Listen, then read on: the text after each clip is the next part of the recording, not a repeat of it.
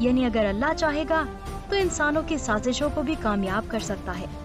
مگر وہ اپنی بہترین حکمت عملی سے ہی دنیا کے حالات کا رخ بدلتا رہتا ہے، جس سے انسانوں کو عبرت اور مفید نتائج ملتے رہتے ہیں اور ایک مومن مزید گمراہ ہونے سے بچ سکتا ہے۔ ناظرین، امید کرتے ہیں کہ آپ کو ہماری ویڈیو پسند آئی ہوگی۔ اگر ویڈیو اچھی لگی تو ویڈیو کو لائک ضرور کریں اور کمنٹ سیکشن میں اپنی قیمتی رائے کا اظہار بھی لازمی کریں۔ اپنا بہت سارا خیال رکھیں۔